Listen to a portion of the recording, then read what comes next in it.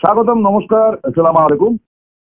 একটা আপনারা জানেন যে এনকে ডিজিটালের কর্ণধাররা অর্থাৎ কবি বিশ্বাস এবং আমাদের এডিটর অনির্বাণ, এরা পশ্চিমবঙ্গ দর্শনে বেরিয়েছেন। খুব ভালো ভালো খবর আপনারা নিয়মিতভাবে পাবেন। কিন্তু প্রথমেই মার্জনা চেয়ে নিচ্ছি এ কারণে যে আমাদের এবার কয়েকটা এপিসোড কিন্তু একটু এইভাবে যাবে, একটু মানে রেগুলার কোর্সে যেভাবে হয় একটা বেশ সাজানো গোছানো ব্যাপারটা। কারণ আমরা পথে পথে ঘুরছি, কঠিনভাবে নিচ্ছি, এবং আমরা খুব শিগগিরই হয়তো বিরাটভাবে আসব। তখন ওই লাইভ টেলিকাস্ট থেকে স্টুডিও ইত্যাদি ইত্যাদি ঘটনাগুলো ঘটবে। তবু আমি ব্যক্তিগতভাবে মনে করি যে যেভাবে পিতা পুত্র অনির্বাণ এবং প্রবীর দা যেভাবে এগিয়ে নিয়ে চলেছে, তার কোনো কৃতিত্ব তাকে যথেষ্ট নয়। তাদেরকে খাটো করা যাবে না। টেরিফিক। এখন ওরা রয়েছে মধ্য বাংলাতে, সেখান থেকে আমার বিষয়টি রেকর্ড করছে এবং আমি কৃতার্থ যে আপনাদের সামনে উপস্থিত থাকতে পারছি।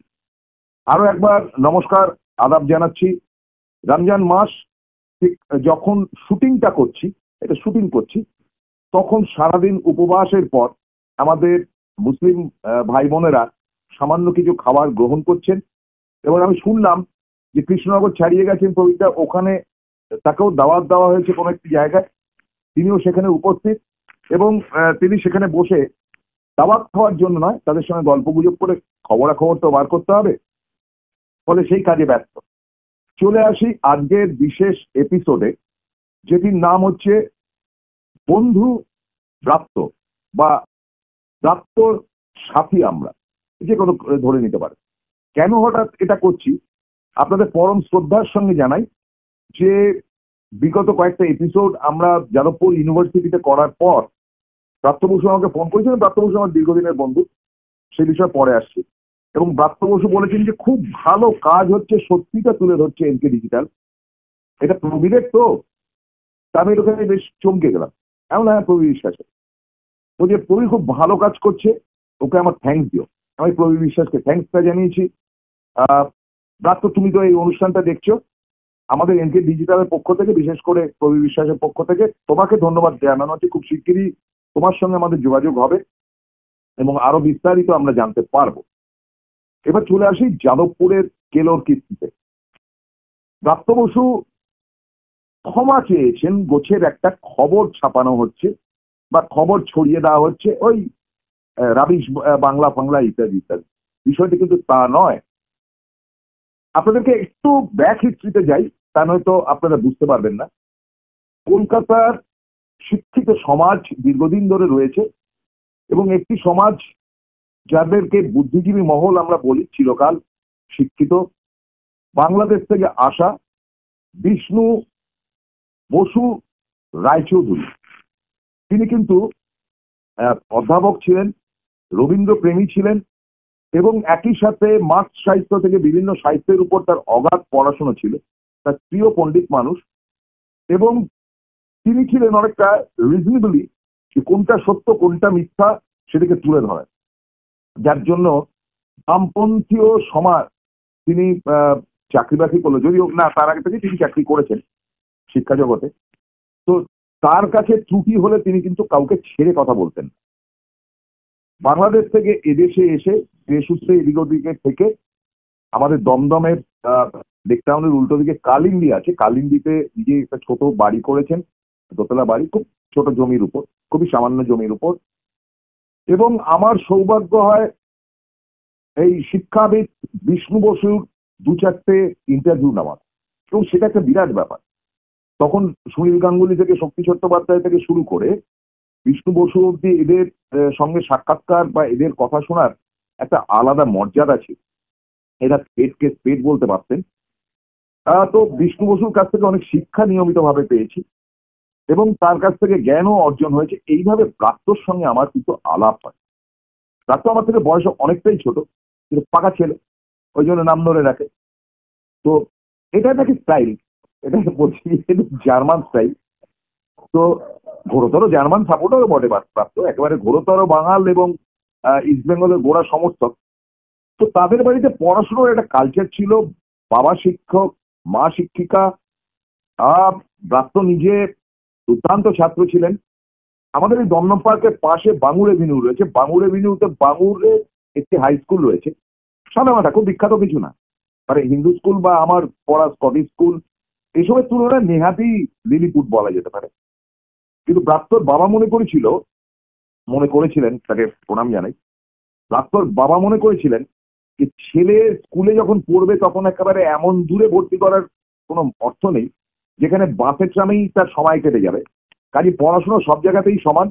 বাঙুর স্কুলেই ব্রাত্য পড়েছিল, খুব ভালো রেজাল্ট করেছিল, ফার্স্ট ডিভিশন পেয়েছিল, আর্টস নিয়ে পড়েছিল। তারপরেই সুযোগ পেয়ে যায় ব্রাত্য। আহ, ব্রাত্য বসু রায়চৌধুরী তার সংক্ষিপ্ত নাম। তার বাবা ওই রায়চৌধুরীটাকে উড়িয়ে দিয়েছিলেন। তিনি মনে করেছিলেন যে আজকের এই বাংলায় এই রায়চৌধুরী পদবি বা উপাধি রাখার কোনো দরকার নেই। তিনি খুব স্ট্রেট ফরওয়ার্ড মানুষ ছিলেন। এবং আমি তো আবারও বলছি, রবীন্দ্রনাথ, বিবেকানন্দ এবং মার্কস পড়ার জন্য তিনি বেপরোয়া একটি চরিত্র ছিলেন বিষ্ণু বসুকে। বিষ্ণু বসুকে যারা জানেন না শুনে নিন। দত্ত তার একেবারে পিতার পদাঙ্ক অনুসরণ করে সেই পথেই গিয়েছিলেন। প্রেসিডেন্সিতে পড়ার পর ক্যালকাটা ইউনিভার্সিটি থেকে ব্রাত্য বসু রায়চৌধুরী তিনি মাস্টার ডিগ্রি করেন এবং প্রত্যেকটি ফার্স্ট ক্লাস পান। পরে তিনি সিটি কলেজে পড়াতে শুরু করেন। এর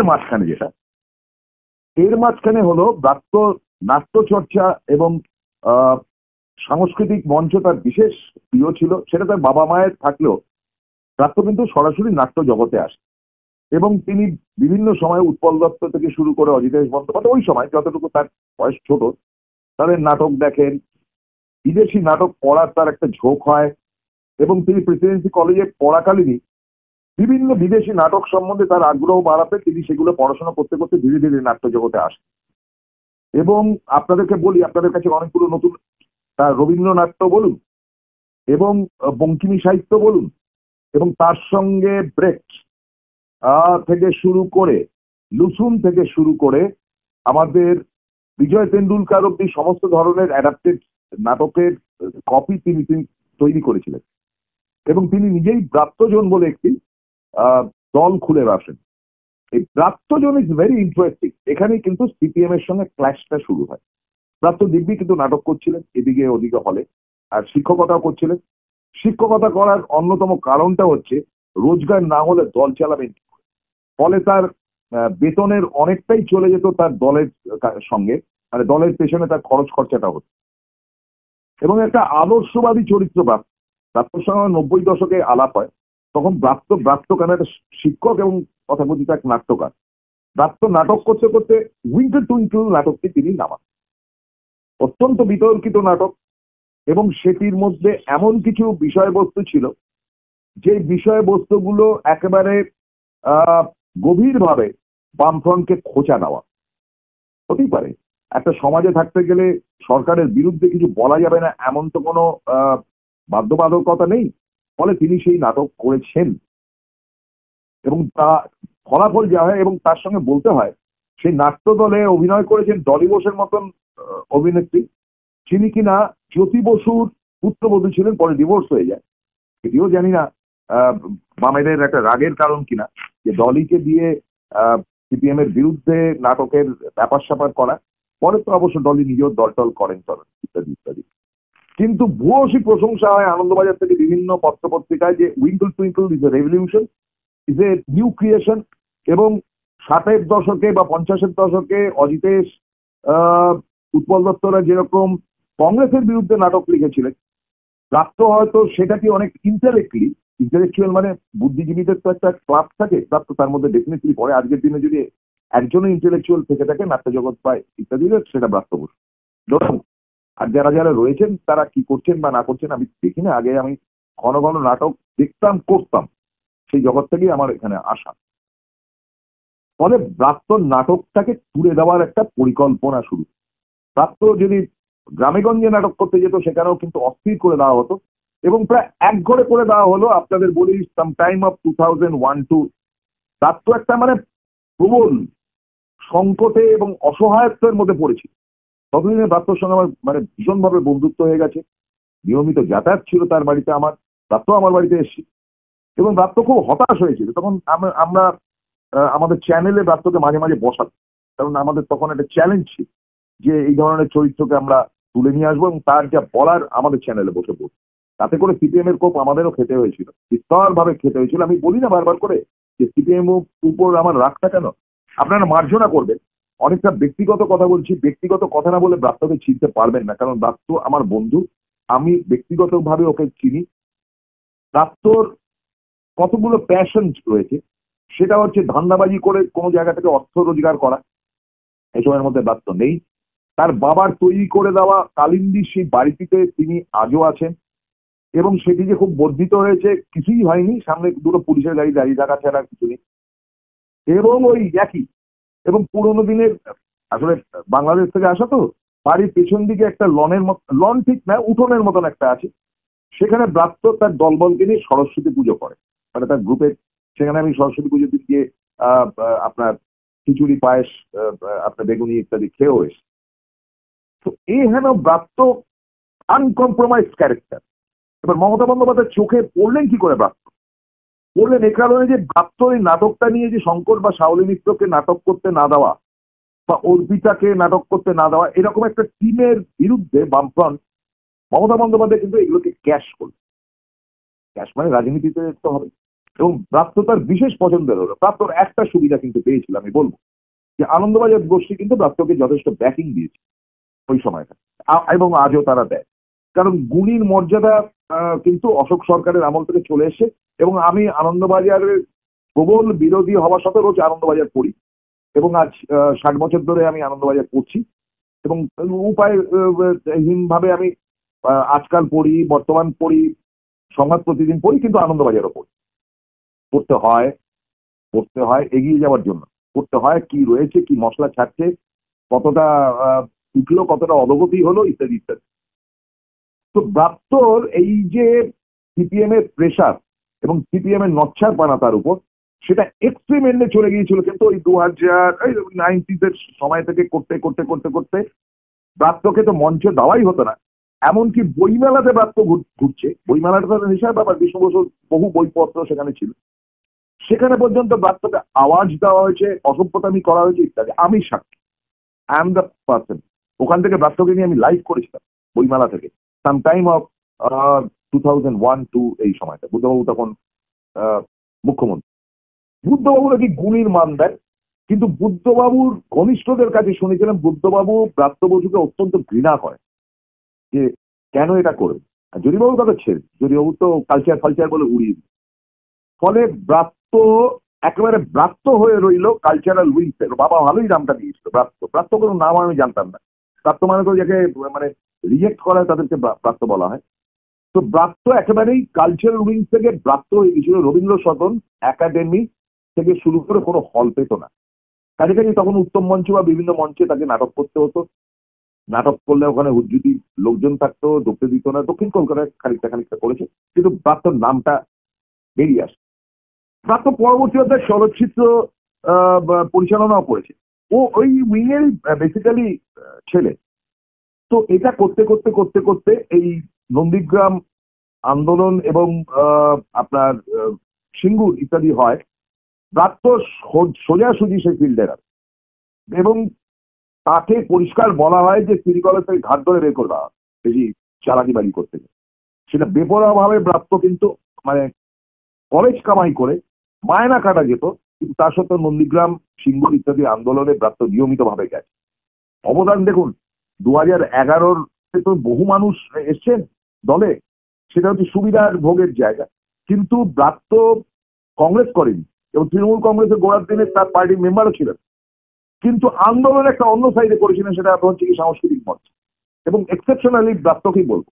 পরে সিপিএম জমানার বহু লোক পাল্টি মেরে তৃণমূলে এসছেন, কিন্তু ব্রাত্যকে কৃতিত্ব দেবে এই কারণে শাওলি মিত্র।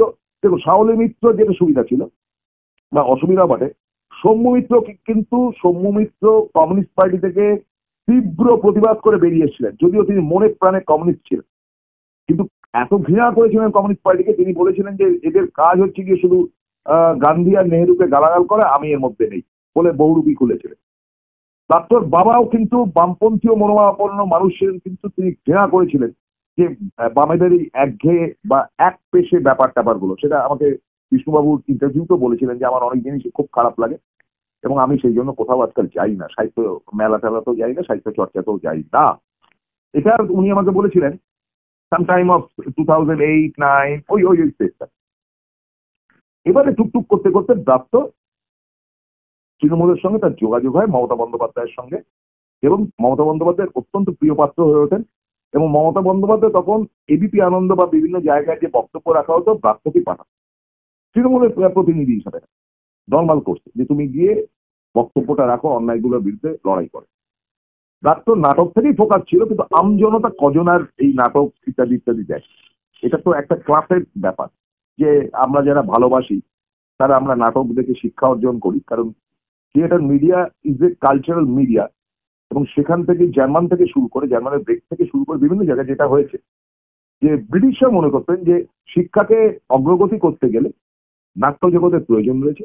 ফলে ওইখানে খুবই নমিনাল সংখ্যা, সেটা খুব বেশি সংখ্যা না, আপনারা যারা দেখছেন তারা অন্তত বিচার করে বলবেন আমাকে যে ওই নাটকের জগৎটা কিন্তু কঠিন জগৎ। এবং এই অ্যাডাপ্টেশনের জায়গা থেকে ব্রাত্য অ্যাডাপ্টেশনের খুব একটা বিশ্বাসী ছিল, তিনি নিজেই নাটক লিখতেন। তারপরে তিনি একটি বোমা ফাটানো নাটক তিনি লিখতেন কমিউনিস্ট পার্টিকে তুলোধনা করে, যেটা দেবব্রত বিশ্বাস জীবনী নিয়ে যেটা করেছিলেন, এবং সেটা ফাটাফাটিটা, সেটা এখনো তো দেখি, মাঝে মাঝেই দেখি। ফলে ব্রাত্য একেবারে ব্রাত্য হয়ে গেল, সমাজ থেকে সমাজচ্যুত হয়ে গেল। কিন্তু মমতা বন্দ্যোপাধ্যায় তাকে সরাসরি রাজনীতিতে এনে 2011-তে যে ভোট হলো তাতে দমদম কেন্দ্রের মতন অত্যন্ত কঠিন, যেটাকে দমদম দাওয়াই বলা হতো, এবং দমদমে কমিউনিস্টরা চিরকাল জিতেছেন, কংগ্রেসের জমানাতও জিতে, সেখানে ব্রাত্যকে দাঁড় করানো হলো ঈদের ওই যে করে কাপে যে, যাই হোক ওটার নাম মনে পড়ছে, ওই জিপ ভেঙে যেটা কথা বলে, ওই যাই ওই সেই দেবের বিরুদ্ধে দাঁড় করানো হলো, এবং ব্রাত্য প্রচুর ভোটে 30,000-এর উপর ভোটে জিতে আসে। এই ব্রাত্যর উত্থান, এবং ব্রাত্যর উত্থান হওয়ার পর তিনি চাকরি করবেন কি করবেন না এরকম ধরনের একটা ডিসিশন নেওয়ার মধ্যেই আমি নিজে ব্যক্তিগতভাবে জানি ব্রাত্য ভোটে জেতার পরের দিনই আমার চ্যানেলে বসেছিলেন, এবং সেখানেই শুনলাম যে মমতা বন্দ্যোপাধ্যায় সরাসরি ব্রাত্যকে মন্ত্রিসভায় ডেকেছে। এবং খুব ইন্টারেস্টিং, 2011-তে ব্রাত্যরা ইয়ে করার পর, ওথ নেওয়ার পর কেউ জানতো না যে কে কোন দপ্তর পাবে। সেটা পরে একটা মিটিং হয় রাত্রিবেলা 11:30 অব্দি, প্রথম ক্যাবিনেট মিটিংটা ওই যেদিনকে শপথ নেওয়া হয় সেদিনই মমতা বন্দ্যোপাধ্যায় ডেকেছিলেন রাইটার্স বিল্ডিং এ, এবং 11:30 অব্দি রাত্রি মিটিংটা চলে। এবং মানে মমতা বন্দ্যোপাধ্যায়ের নির্দেশে প্রত্যেকে ধুতি পাঞ্জাবি পরে সেখানে এসেছিলেন, এবং ঈশ্বরের নামে শপথ করেছিলেন। আমি জানি না প্রাপ্ত কতটা ঈশ্বর ভক্ত তত্ত্ব, যাই হোক ওর বাড়িতে তো সরস্বতী পুজো হয়, ধরে নিচ্ছি ভয়ঙ্কর বিশ্বাসী।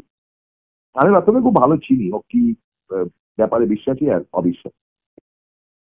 প্রাপ্ত দলে প্রবেশ করে এবং প্রাপ্ত শিক্ষামন্ত্রী হয়। আমি ভেবেছিলাম তথ্য দপ্তরটা হয়তো পাবে, কিন্তু মমতা বন্দ্যোপাধ্যায় কাজের কাজ করেছেন, তথ্য দপ্তর তিনি নিজের হাতে রেখেছেন এই কারণে যে ফেস্টিভ্যাল ইত্যাদি ইত্যাদি গুলো করা যায়, এবং বরাবরই ভালো ইয়েতে ছিল। পরে পরবর্তী অধ্যায়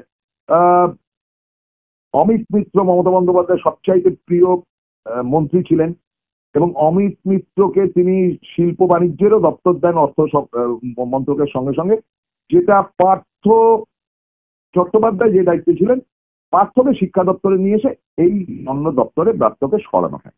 এটা একটা ধাক্কা তো বটেই।